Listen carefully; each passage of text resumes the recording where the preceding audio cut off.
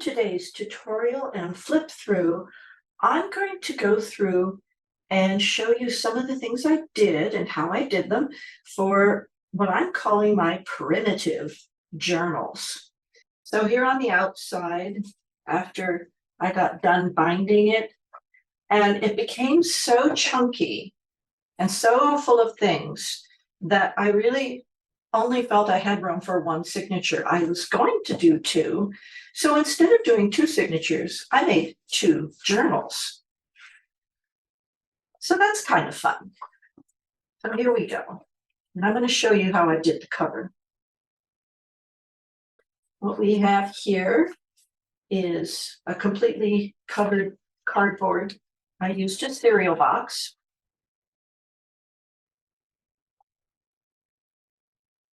And in the front, we have a tag. And we have three little tags with the fossils.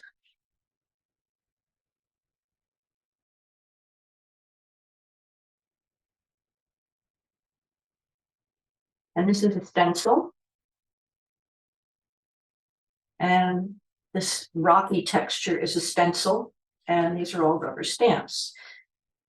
I got all of these fossil stamps from Butterside Down. And he's on Etsy. So I put all the links in the description. So if you are interested in any of these, you can find them. And this is an envelope. And what I've got in here is I thought, well, you might want to add some of these things to other pages that really don't have much or anything. So I made a sticker panel. So this is all, you can cut these out and apply them. So these are all stickers. And it's a little fussy when you're trying to get the little edges off, but I think that'll work out nicely, and you can have fun with that, whoever winds up with this. And this is a little unusually folded pocket. As usual, I was inspired by Natasha of Treasure Books. So we have a little collage thing here. I love this mesh. This was some ribbon I found.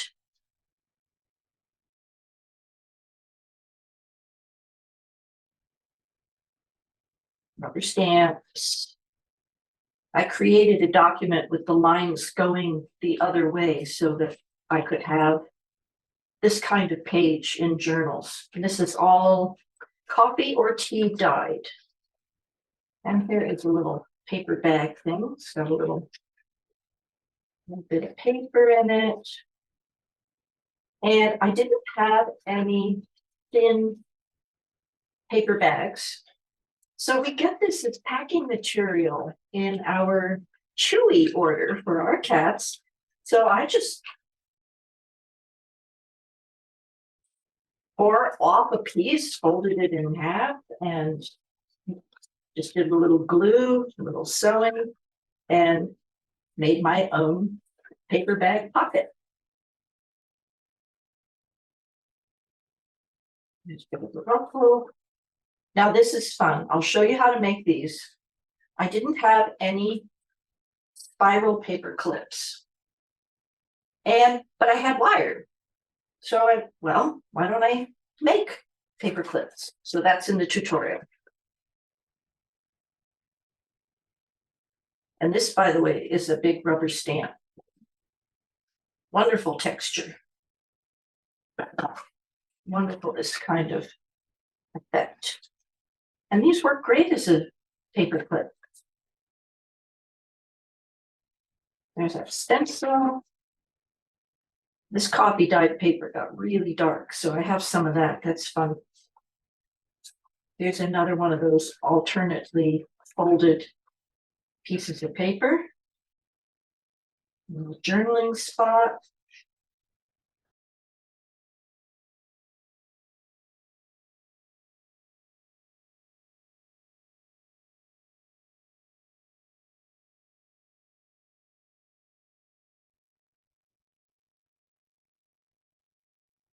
And this one I got kind of experimental and wild. I wanted to put two pieces of paper together and make a really wide fold out. So I went ahead and I made my own washi tape. This is tissue paper. And I just appliqued the tissue paper with the thinned down PVA adhesive. But first I rubber stamped it. I used that crackly kind of rubber stamp, and the hands. Actually, this is another piece of tissue paper appliqued on top, and that's in the tutorial. So I put those together on both sides. That's the center of the signature, and I used a double cord because this is so heavy. So I wanted to make sure it stayed put.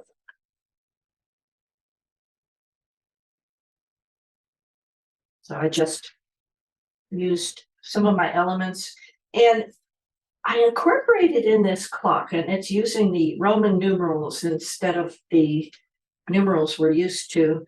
And I was thinking, this is hands through time. I was getting a little playful with the symbolism, the ancient, the primitive, and hands of time. Just having a little fun. Another one of those paper clips. This is a belly band. Whoop, don't have anything in it. I'll have to come up with something. It'll be a surprise. And again, I had all these little scraps. So I wanted to make some little tabs. This is one of those flip up corners.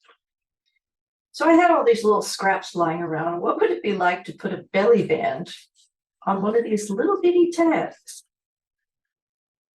And this one glued on those sides, and this is just a little bitty pocket.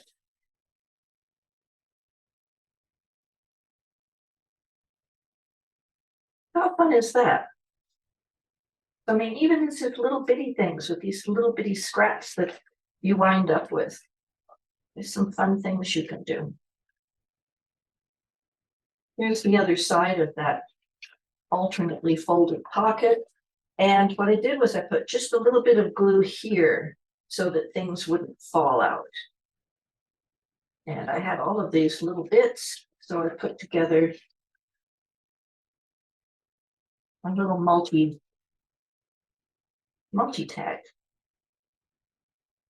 There's the other side of that kind.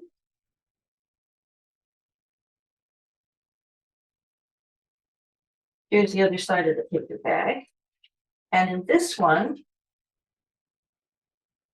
I made a waterfall little pad. And I did sew it.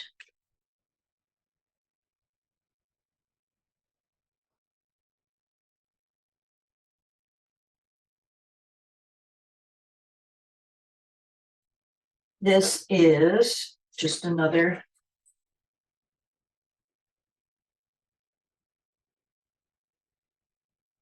little notepad, and I just sewed the cloth on. Here's the back of this one. So I just made some little journaling spots. I got some really cool watermarks and stuff. You can see I put a little salt on the really wet paper, got some of that interesting look. So I had some fun with the dyeing. And here's some more of that interesting webbing kind of ribbon that I found. I wrapped that around. And what's interesting about this one is that this fabric goes over here onto the envelope because I wanted the envelope to open this way. So I glued fabric on here and on the front of this folder so that I can have the envelope open on this side. So this is kind of like a little bonus area. And in the back, there's a couple of cool things. Now, this is the writing board. So this was that applique technique that I used on the cover. This is nice and heavy. And of course, writing boards are really nice when you've got lots of lumpy stuff and you want to write on, say, this page. And this gives you a nice firm surface to write on. So then I got to the back and I went, oh, let's see, what shall I do with the back? I love how this came out. And this is in the tutorial part, the second section. So I love the cave paintings with all the hands. So I made a little mini journal sewn in and did this technique. So that's coming up. The end paper, so we've got a little belly band. And that sits in there. Okay. And then after I sewed the signature into the spine, and this is fabric, then I had some beads, and I had quite a bit of this fabric. So I just inked, and that's in the tutorial too. So you can see how all that is done.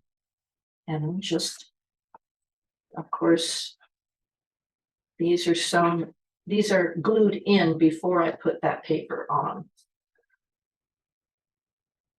Okay. So this one is the same as this one. I just did it the same. It's got all the same goodies in it. I did them almost at the same time.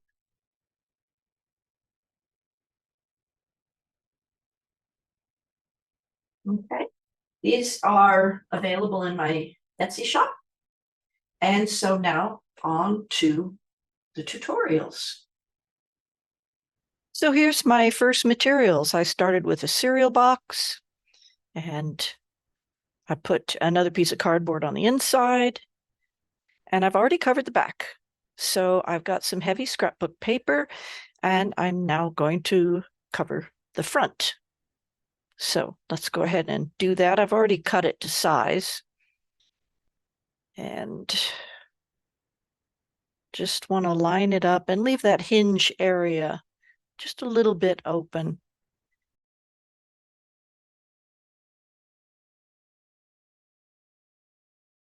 Making sure I've got it aligned properly.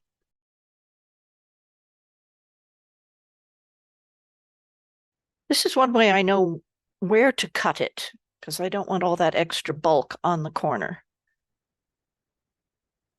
So I'll fold it over on a triangular and then use that fold line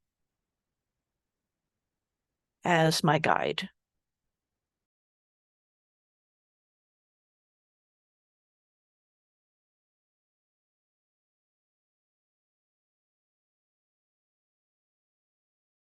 And now all I need to do is glue it down.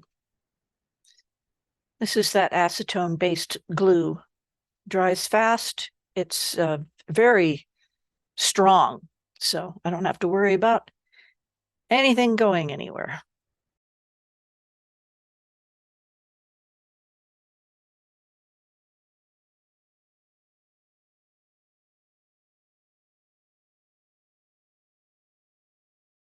A brayer is really handy for making sure everything is stuck really well.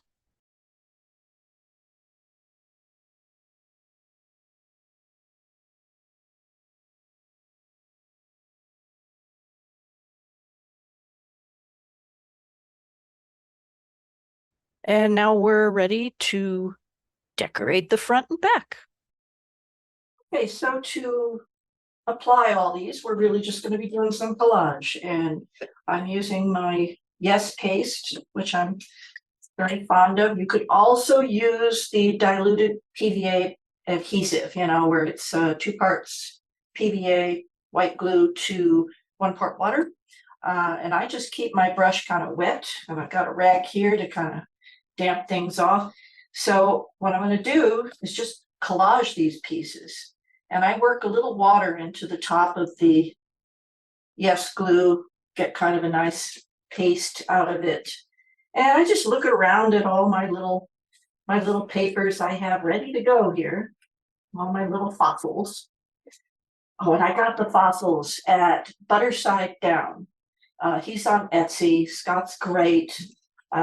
So it's a lot of fun stuff. So let's see. Let's find, I kind of like to start with a big feature piece, and we want to go off the edge because we're going to be wrapping these bits of tissue around the edge. So I just put on ample paste because we're going to be just doing this all at once. So there we go. And if it gets a little wrinkled, we want that. We want a little bit of wrinkle. So I'm kind of going over the top. And all these layers will, there we go.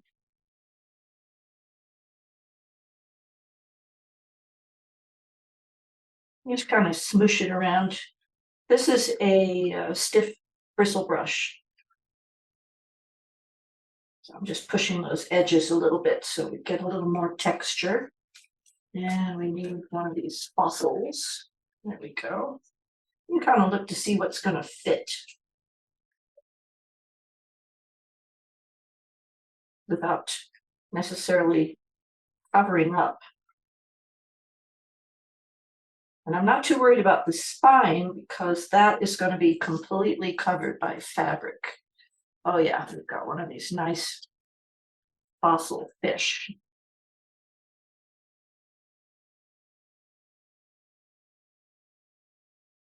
All right, I'll just keep going here, but I'll speed it up.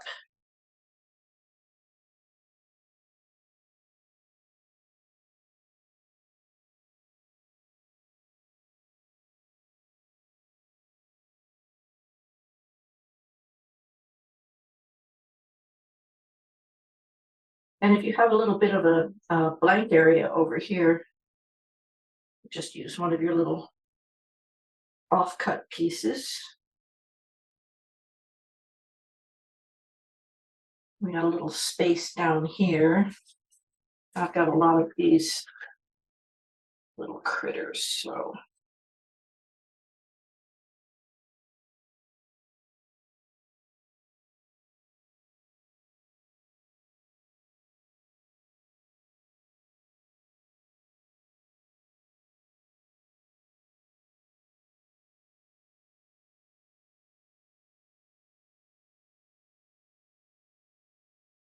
Okay, I'll finish the back and then I'll be right back with you.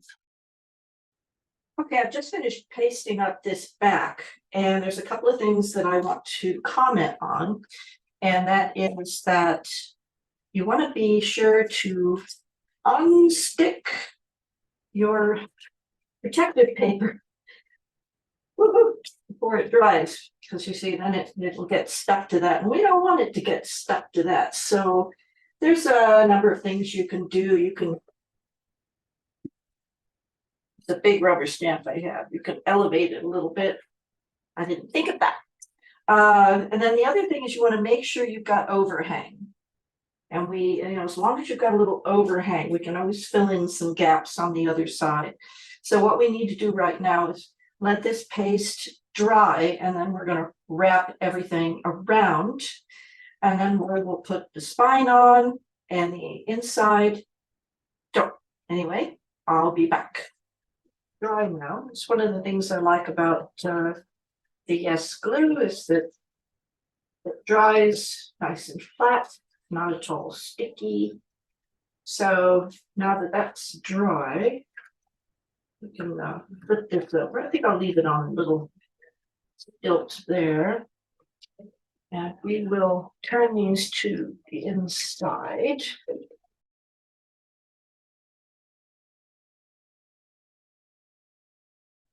Ease them over. That's mostly going to get covered up.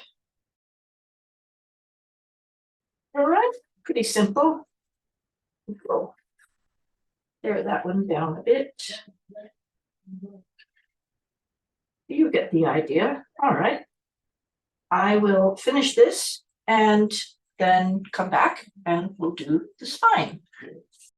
Now this part, I thought I would go ahead and go over it with you because I didn't think it through. The first couple of journals I made, I kind of wanted to have the ties inside the cover, and I hadn't done it before. So I think it's a really good idea to do a dry run with all of your parts. So I cut that, and I have these two pieces, and I remembered to edge them because I wanted to do paint the edges. So I have those ready to go. And I had two pieces, and I went, well, which one do I want the spotty part on?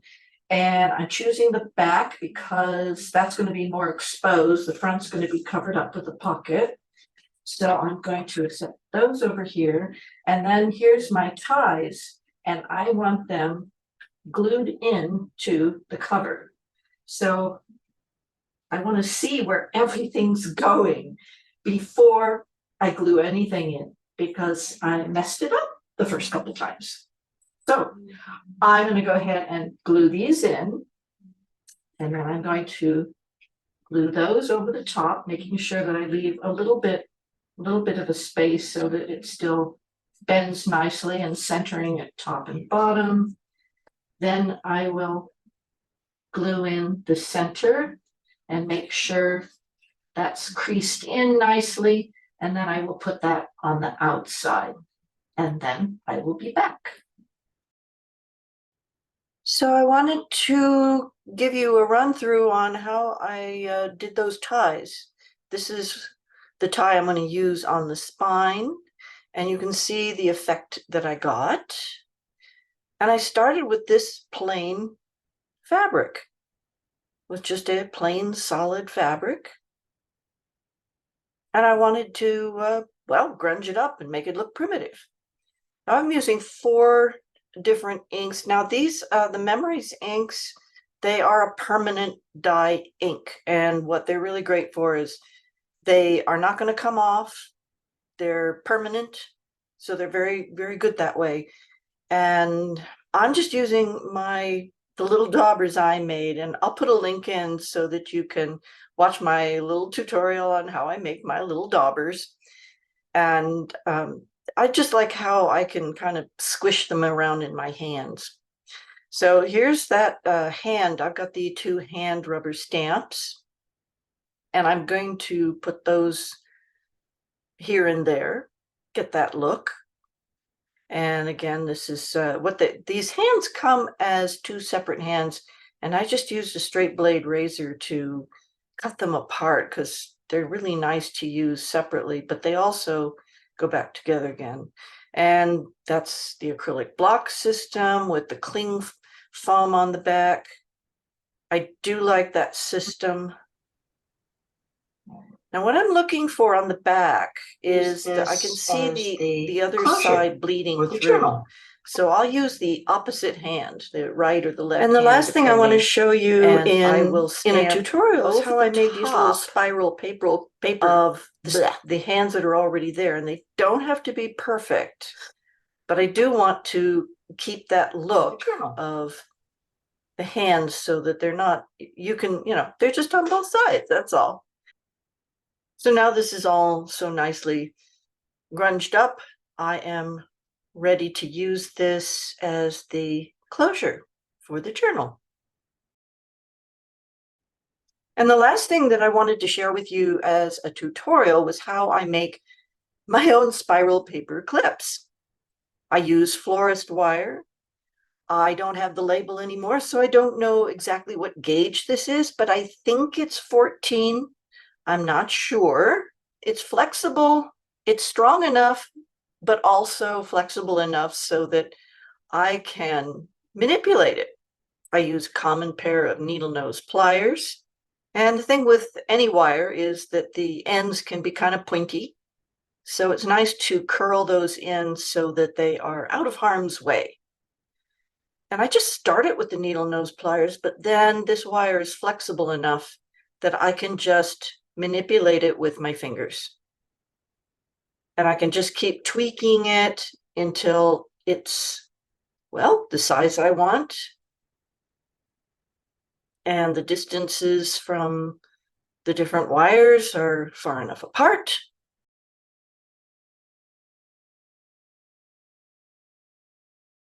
And when I'm happy with the size, I simply cut off the end. And again, I want to make that little curl at the very end because that tucks that pointy end in away from being pokey on your paper or your fingers. And there it is. Just finish it in. And there you have it, your very own handmade spiral paper clip in kind of a primitive design. So what you're seeing here is the floor of my studio. And after I've made a whole bunch of pages and I've tried a lot of different things, well, then I need to kind of see, well, how am I going to collate them and what still needs to be made? What might be a nice addition to this particular journal collection? So this is really my thought process.